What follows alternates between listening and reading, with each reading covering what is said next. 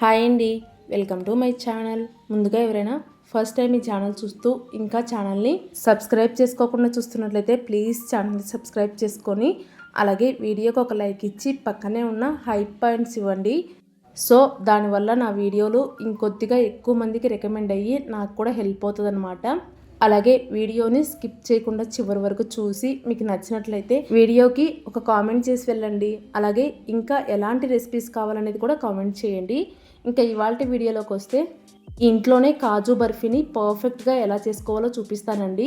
ఇక్కడ వీడియో క్లిప్లో చూస్తేనే అర్థమవుతుంది కదా కాజు బర్ఫీ ఎంత బాగా వచ్చిందనేది. బయట వేలకు వేలు పోసుకునే బదులు ఇలా ఇంట్లోనే ఈజీగా చేసేసుకోవచ్చు అండి.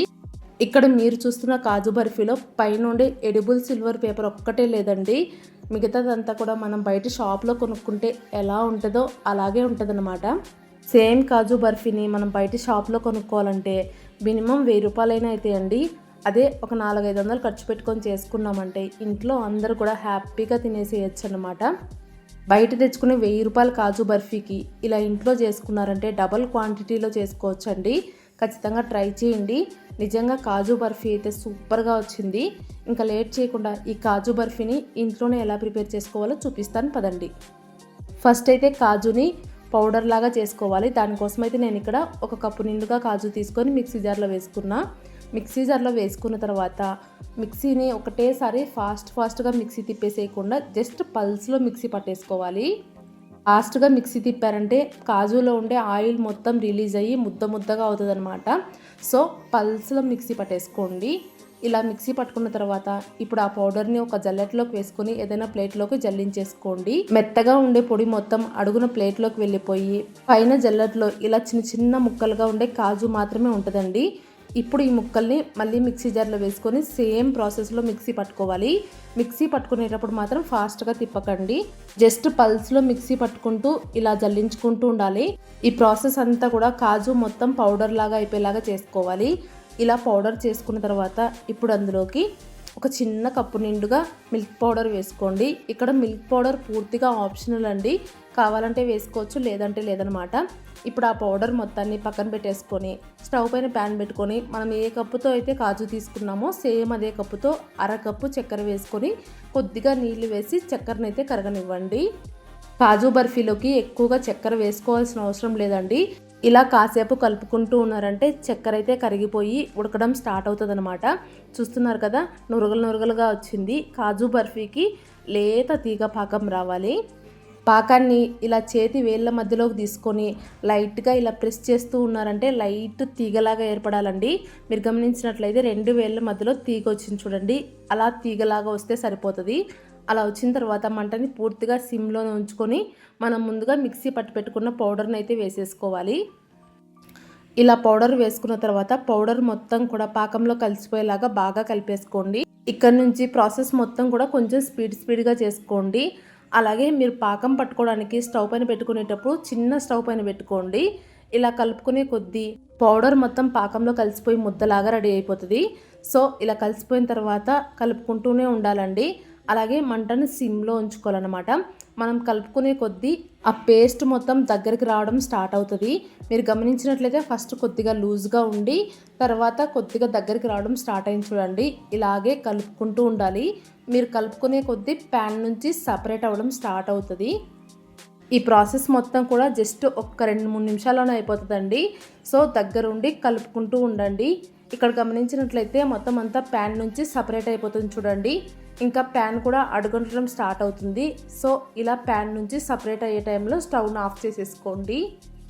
ఇదొక్కటి జాగ్రత్తగా చూసుకుంటే చాలండి. కాజు బర్ఫీ చేయడం చాలా ఈజీ అనమాట. ఇలా ప్యాన్ నుంచి సపరేట్ అయ్యే టైంలో ఎమ్మటే స్టవ్ ఆఫ్ చేసేసుకొని కిందికి దించేసుకోవాలి. కిందికి దించి ఎమ్మటే బటర్ పేపర్ పైన వేసేసుకోండి. కాజు బర్ఫీ చేసుకోవడానికి బటర్ పేపర్ ఉంటేనే బెటర్ అండి. ఇలా చేసుకున్న బ్యాటర్ మొత్తాన్ని ఇలా బటర్ పేపర్ పైకి ట్రాన్స్ఫర్ చేసేసుకోండి. ఇది వేడిగా ఉన్నప్పుడు బటర్ పేపర్కి అయితే కాస్త అంటుకుంటుందండి. చూస్తున్నారు కదా, బటర్ పేపర్ని ఫోల్డ్ చేయగానే మొత్తం అంటుకుపోతుంది.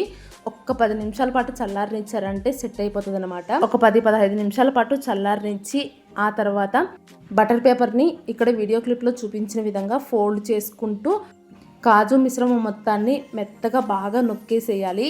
ఒకవేళ వేడి లేకుంటే కనుక ఇలా డైరెక్ట్గా చేత్తోనే పిసికేసేయండి. మీరు ఎంత బాగా పిసికితే కనుక కాజు బర్ఫీ అనేది అంత స్మూత్గా వస్తుందన్నమాట. సో ఇలా పిండి మొత్తాన్ని బాగా పిసికేసేయండి. ఆ తర్వాత మళ్ళీ బటర్ పేపర్ని ఇలా ఫోల్డ్ చేసుకుంటూ లైట్గా ప్రెస్ చేసుకుంటూ ఉండండి. కాజు బర్ఫీ అనేది సాఫ్ట్గా వస్తుందన్నమాట. ఇలా ఒక 2-3 నిమిషాల పాటు బటర్ పేపర్ని ఫోల్డ్ చేసుకుంటూ బాగా ప్రెస్ చేసేయండి. ఇలా మొత్తం అంతా బాగా మెత్తగా చేసేసుకున్న తర్వాత రౌండ్గా చేసేసుకొని చపాతీ కర్రకి కొద్దిగా నెయ్యి అప్లై చేసి వీడియో క్లిప్లో చూపించిన విధంగా పల్చగా ఒత్తేసుకోవాలి. మరీ పల్చగా కాకుండా అలాగని మందంగా కాకుండా ఇలా అన్ని వైపులా సమానంగా వచ్చేలాగా బటర్ పేపర్ని తిప్పుకుంటూ ఒత్తుకోండి. అలాగే ఇలా ఒత్తుకునేటప్పుడు సైడ్ అంచులు క్రాకులు పడకుండా జాగ్రత్తగా ఒత్తేసుకోవాలి. మొత్తం అంతా చపాతీ కర్రతో ఒత్తుకున్న తర్వాత ఇక్కడ వీడియో క్లిప్లో చూపిస్తున్నాను చూడండి, ఇలా ఉండాలన్నమాట. ఇలా రెడీ అయిపోయిన తర్వాత ఒకవేళ మీ దగ్గర ఉంటే కనుక ఎడిబుల్ సిల్వర్ పేపర్ని పైన వేసేయండి. నా దగ్గర అయితే ప్రస్తుతానికి ఎడిబుల్ సిల్వర్ పేపర్ లేదనమాట, అందుకని ప్లెయిన్గా ఇలాగనే కట్ చేస్తున్నానండి. మీ దగ్గర ఉంటే వేసుకోండి, బయట షాప్లో కొన్నట్లుగా ఉంటుంది.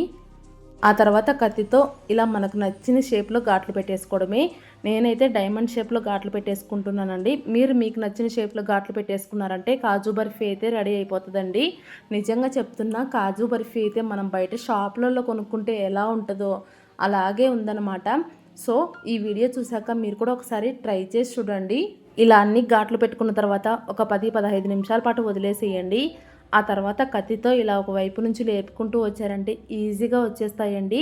చూసారు కదా కాజు బర్ఫీలు ఎంత బాగా వచ్చాయో. మీరు కూడా ఒకసారి ట్రై చేయండి. బయట వేలకు వేలు పోసుకునే బదులు ఇలా ఇంట్లోనే సింపుల్గా చేసేసుకోవచ్చండి.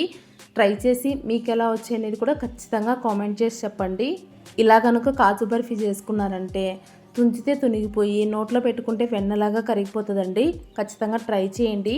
ట్రై చేసి మీ వాల్యుబుల్ ఫీడ్బ్యాక్ని కామెంట్ సెక్షన్లో తెలియజేయండి. అలాగే ఈ వీడియో మీకు నచ్చినట్లయితే ప్లీజ్ వీడియోకి ఒక లైక్ ఇవ్వండి. మీ ఫ్రెండ్స్ అండ్ ఫ్యామిలీ మెంబర్స్కి షేర్ చేయండి. కొత్తగా కనుక ఎవరైనా ఛానల్ చూస్తున్న వాళ్ళు ఉంటే సబ్స్క్రైబ్ చేసుకొని సపోర్ట్ చేయండి. ఉంటాను, బాయ్.